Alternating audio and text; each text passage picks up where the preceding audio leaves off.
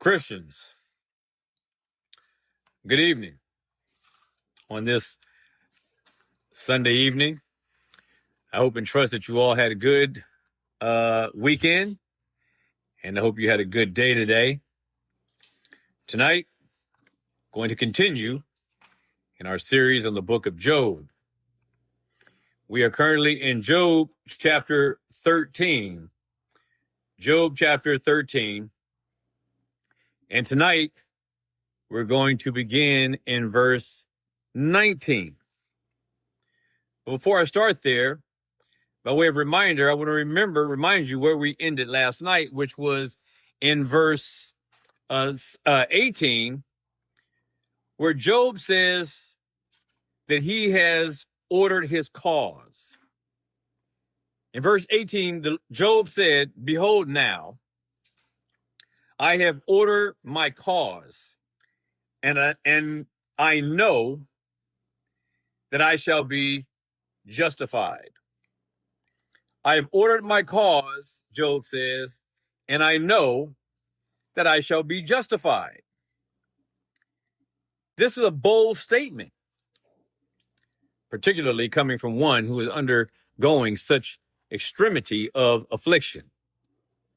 And Job finds himself in a very strange situation, which is strange only in that it is not common for the Christian to see and to understand that the faithfulness that they have is rendered more illustrious when they are undergoing affliction. It is just the way that it is. And it is contrary to the human condition to think this way. But when it comes to those who are believers, we know that that is how it really is. At least that's what we are trained or taught in the Word of God to see. But once again, the faithfulness of the saint is rendered more conspicuous under the weight and oppression of affliction, persecution, and tribulation, rather than what is understood to be perceived as a right standing with God and as a emblem of faith, which is exhibited through prosperity. And when you read the book of Job, I would argue that it is more likely that faith is exhibited more in your affliction and how you go through it, rather than your condition that exists within the realm of a prosperous existence that Job once had.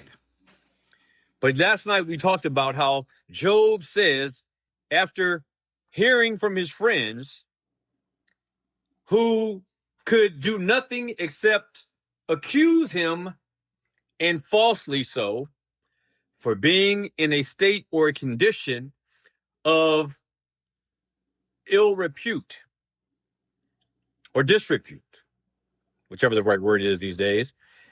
But anyway, the idea is that these men were complaining with Job and accusing him of being some kind of a flagrant sinner, which is what results in his having to deal with this onslaught of affliction from God.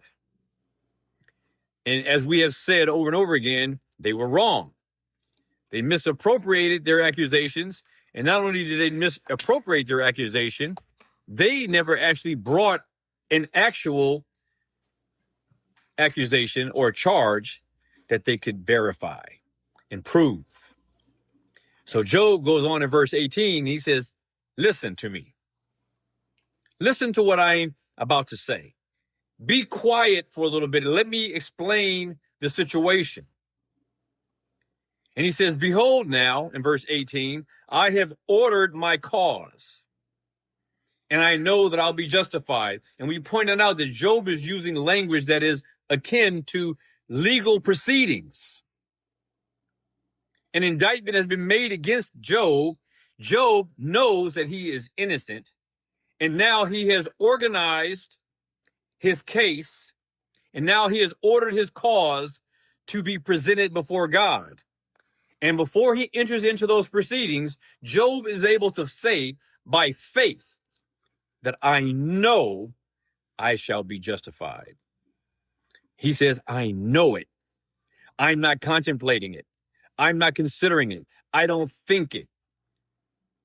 I'm hoping that things go well for me. I've done my best. What Job says is that I have ordered my cause, and I know that I shall be justified. He says, I know it. Job has no doubt whatsoever in the matter. He is 100% thoroughly, unequivocally convinced that he shall be justified. And he says, let my cause be brought before the Lord and let him judge me. In here. And this is what he is saying here. So Job is a man of conviction. Job is a man that knows his own heart. And as we proceed through this chapter, we're going to see that there are several doctrinal observations that we can glean from here. And I picked up 5. 1, that a well-ordered conscience gives boldness in trial. We see that Job is bold. Job says, I ordered my cause. I'm ready to present my case. And what Job says is that his case is full proof. Full proof. So much so that he is able to say that I know I will be justified. Even though his integrity may be confidently pleaded, though sin is humbly confessed, uprightness and perfection are not the same.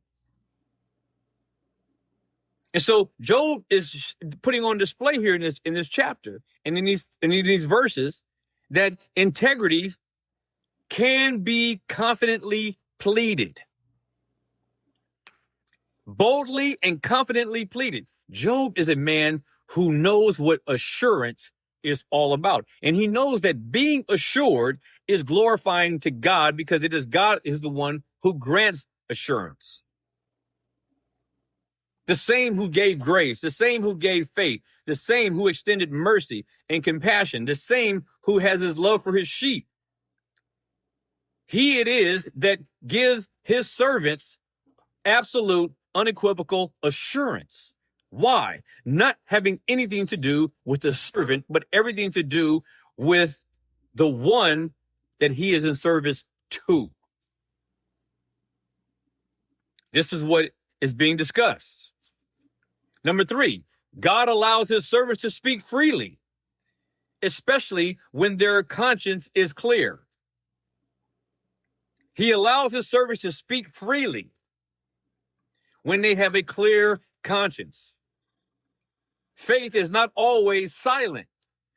In fact, faith is rarely silent when affliction has seized the person of faith. Sometimes it reasons, sometimes it pleads, sometimes it appeals, sometimes it laments, it cries, sometimes it fears. But whatever faith does, whenever affliction overtakes the person who has faith, that kind of faith, going under that kind of a trial, is almost never silent. It cannot help but to cry out. Something else we can learn from this.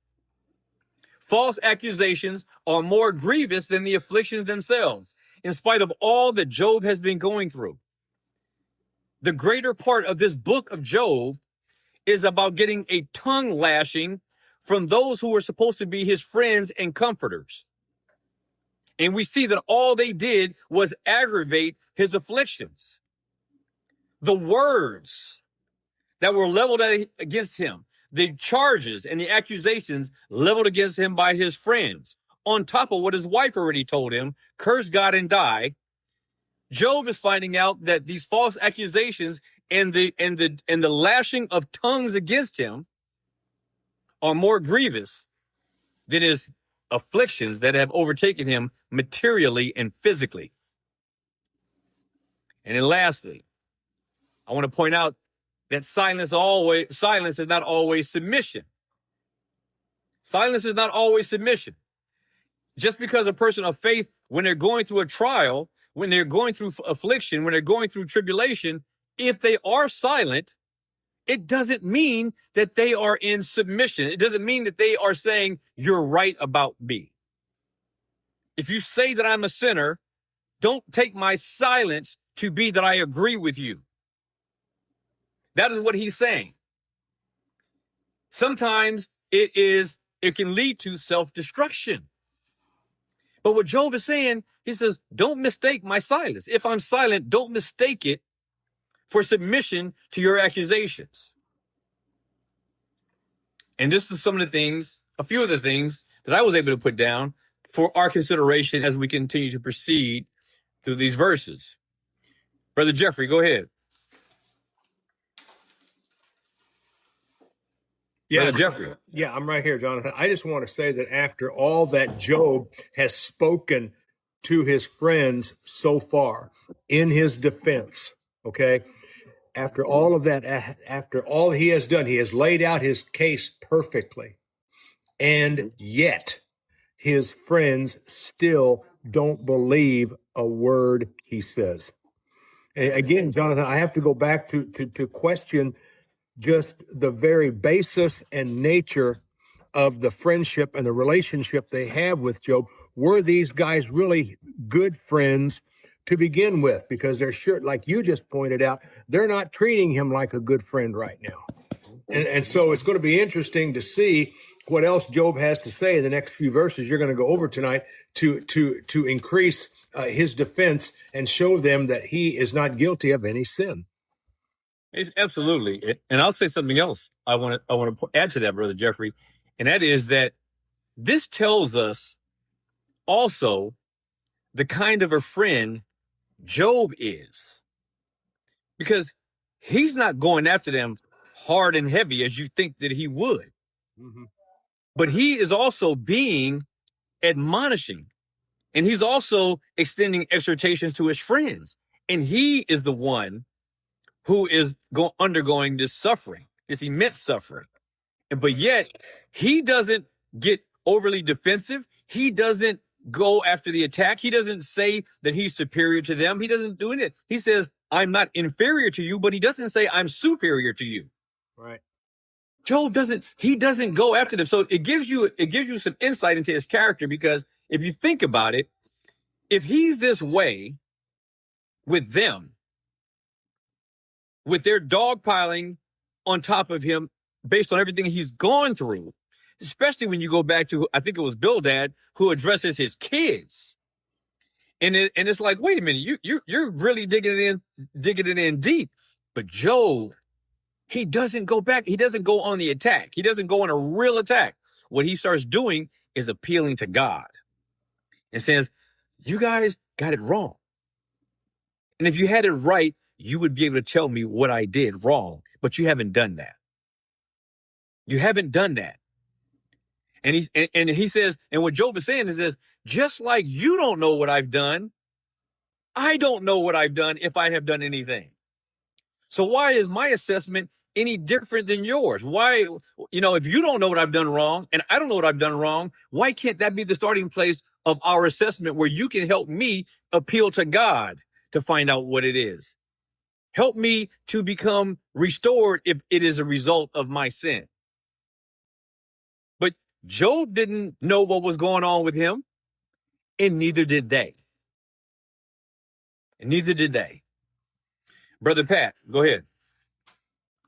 I also find it interesting that, Satan is the accuser of the brethren, and yet he uses proxies. He uses people to accomplish his cause, because these guys are supposed to be Job's friends.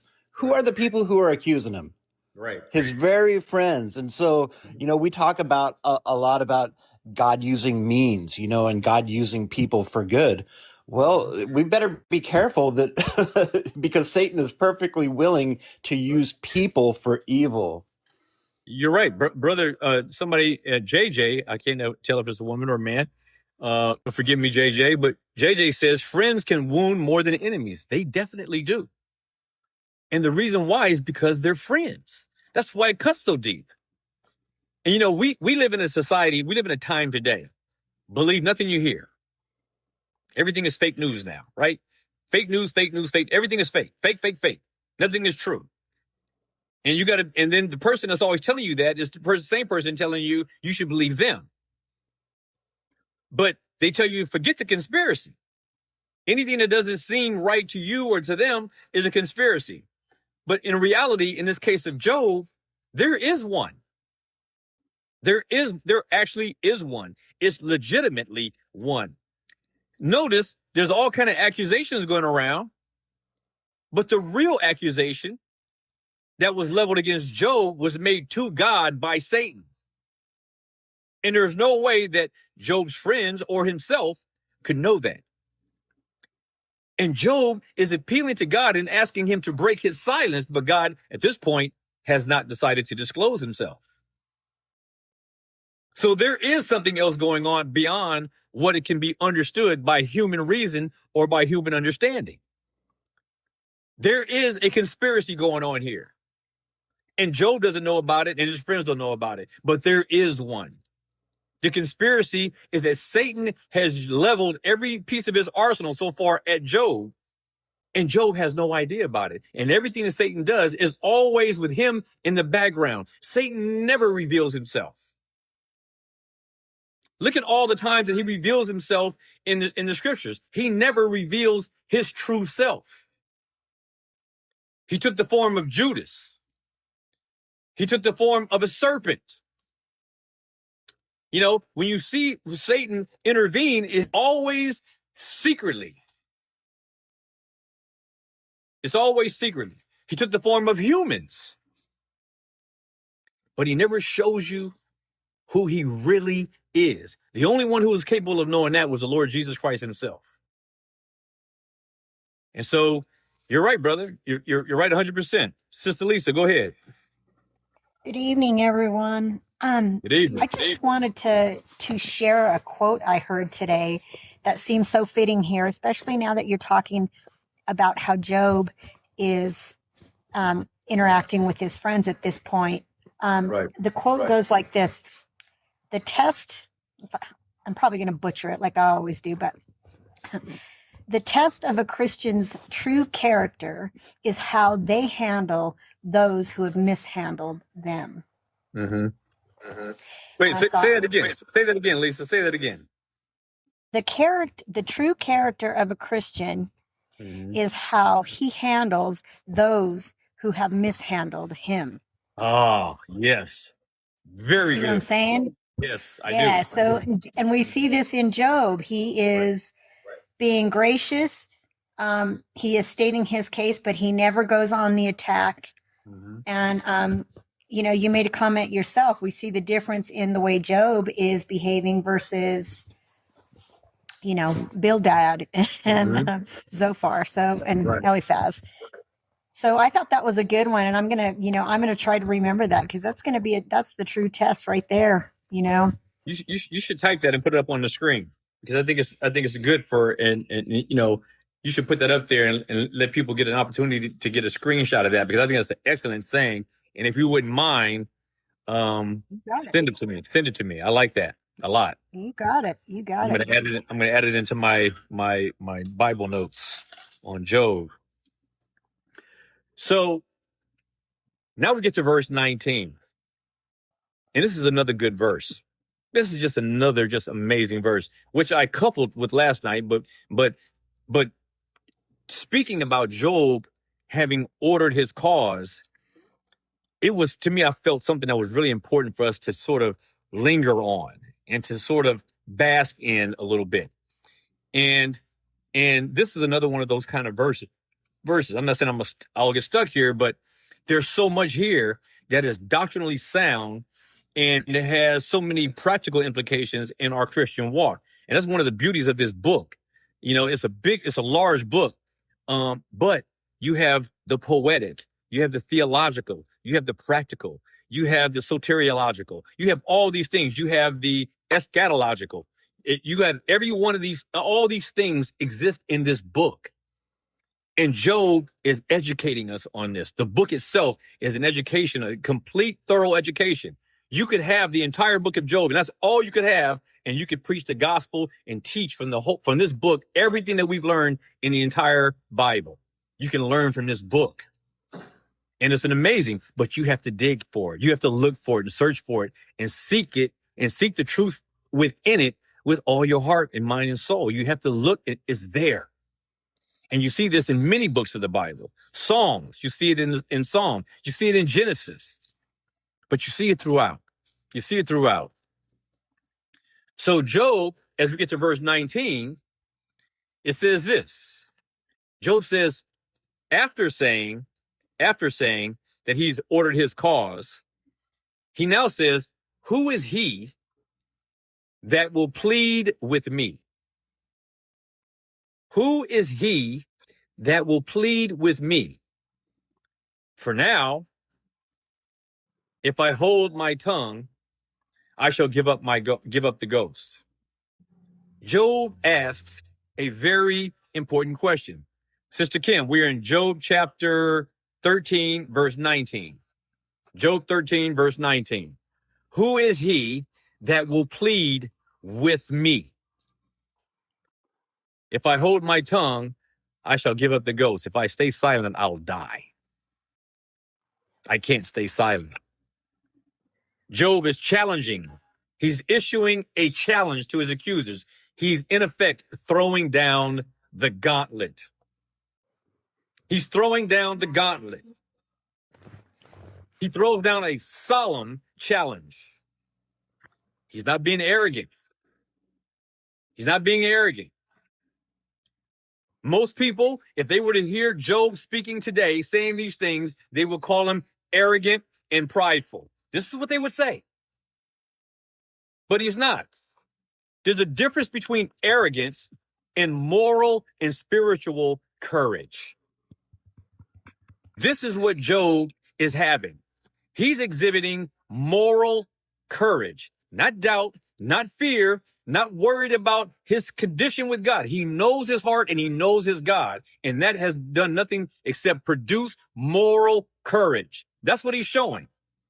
And we cannot conflate moral courage and spiritual courage with arrogance and pride. You have to know the difference. You must know the difference. Sister Mariah, anything you want to add?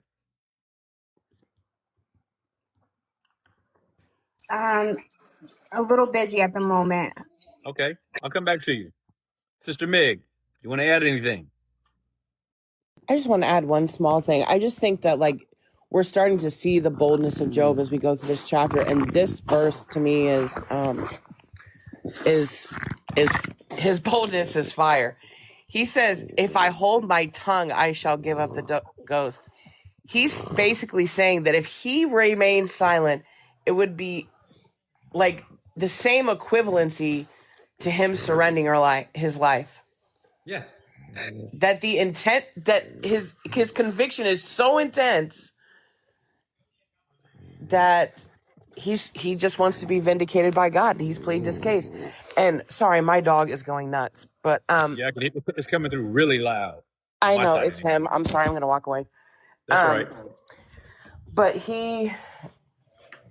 But yeah, like I said, he wants to be vindicated. And to me, in this chapter, if I just read this chapter alone, not knowing any other part of the story, I would know God's going to show up. Oh, yeah. I would know that just reading this chapter without seeing anything else, that the boldness of Job, God is going to show up. And what I was thinking about that in my thoughts of this is, where do we get in our prayer life? Where do we get in the spaces of our suffering when we're going before the feet of the Lord in our prayer? That if you prayed that one prayer, God's going to show up for you. Mm-hmm. That when you get to that one space in your life where you are pleading, where you are lamenting in times of trial and suffering, how bold are you going to be to go before the throne of God and say, you know what? I'm not leaving until you show up. Right. And I'm going to tell you something. He will. I know it. I've Oh, been he through will. it. Oh, he will always show up. No doubt about it. He will always show up. He will always show up, and he'll always deliver. Just when you think you run out of strength, that's when he picks up the pieces for you and lifts you up and holds your head up. He does. Brother Pat, go ahead. I want to say something about these friends. I feel like they almost represent different personality types. And it's easy for us to like harp on Billadad because he's maybe hot-headed. You know what I mean? He's a certain type of personality type. But I've got to tell you, man, the words of the other two friends don't hurt any less because there's nothing like a Zophar who's like a reserved, well thought out person. And when a person like that says the thing, you're like, wait a second. This isn't just hot-headed words. You've actually, it's like the knife in the back. You know what I mean? Because you know this person, you know he's a person that thinks things out. And it's like, wow, you thought this through and you still said this stuff? You know what I mean? Yep, I know exactly what you mean. It's really amazing because, and you bring up a good point, because you can't look at this, these discourses from these men as a linear discussion. From Job's perspective, it's a collaboration, and each one of these guys has a different weapon set. So, one guy is shooting the bullets, the other guy's firing the cannons, and the other guy is throwing smoke out there so you can't see where to go. So, and so he's just getting it from all sides. But you're seeing something here that's very interesting with Job. Job is taking control. Job is taking control of the conversation. You see that here. He is taking control. And you see it build up until when we get to Elihu, the youngest guy who comes in, the new guy. He thinks he's going to represent, the future. He's going to represent, progress. He's going to be the one like, okay, you old stogies, you had your say, but now I'm going to come show you the new interpretations of everything. And I'm going to talk to Job, and then Job has something for him too. But you see Job taking control. Job is starting to dominate the conversation. And he's starting to dominate the conversation in a meaningful way, and primarily because he invokes God as where he needs to be, as who he needs to have judge his situation. Job wants to make his case before God, make his arguments. My mouth is full of arguments. I've ordered my cause before you. Sort this out for me and so they can see. But also, God, so that I know that you and me are good, that we're still where we always have been. You've been silent lately. Talk to me, speak to me, show me. Saturate my heart with the joy that I had before. Something is missing here, but I know you'll never leave me. I know my mediator lives. And Job here, he says, who is he that will plead with me? There's only one who can plead with him. There's only one who can plead with him. There's only one who can satisfy him. There's only one who can bring him comfort. Just one, and only one. And Job's knowledge of this, his what he understands about this, that is where his courage comes from. That's where his strength comes from. Job is an elite servant. If God has his army, and he does, Job is probably the commander of SEAL Team 6. He's showing us how we are to handle under God's rod. He's showing us. This challenge that he makes when he says, who is he that will plead with me? Job is throwing down the gauntlet, like I said. And this is not a defiant challenge. Not defiant to God, especially not defiant to God, not at all. But what he's defying is these false accusations made against him. And he's asking for an honest, legitimate, sincere confrontation. He's asking for a productive confrontation. Job is not running from the problem. Notice, he doesn't just leave. He doesn't tell his friends to leave. He stays in the thick of it. Job is not, think about it. It would be easy for him to get up and leave, or it'd be easy for him to tell them to leave, but he doesn't. He stays right there and goes toe to toe with them. Moral courage, spiritual courage. He's defying anything that threatens his faithfulness. He's not letting anything put him in a position to charge God falsely, and he never does. Job is demanding a just process. He's demanding a process. He wants justice. He doesn't want insinuations and innuendo, rumors, hearsay. That's not what he wants. He wants a just hearing. And then he can proceed. He's tired of all this indirect condemnation that these men are leveling at him. One condemnation after another, but no reason for it. No true accusation, no fault, no sin they can actually point to. Job is saying if there is an accuser, let him show himself. Let him show himself. But guess what? There is an accuser. There is an accuser. And we also have that one accuser making himself manifest in these three men, Zophar, Bildad, and Eliphaz. And they have nothing in him. So Satan has nothing in him. Go ahead, Brother Jeffrey. Yeah, Jonathan, I was just going to say that the devil, the accuser, is losing this argument. His three stooges, prophets, whatever you want to call them, are not doing or performing the way and doing what he thought they would. They're not leading Job further away from God, whereas Job is now leaning into God to defend himself because he knows he's innocent. Right. And so the faith that, we should pray, my brother, for faith like Job has, because I can tell you, I don't know if I've ever had faith like that before. I mean, Job has lost everything. He has nothing except the rags he's probably wearing, and that's it, covered with boils from head to toe, and yet he still leans in to God. What faith that truly is. Amen, brother. Amen. Good word. Sister Mariah.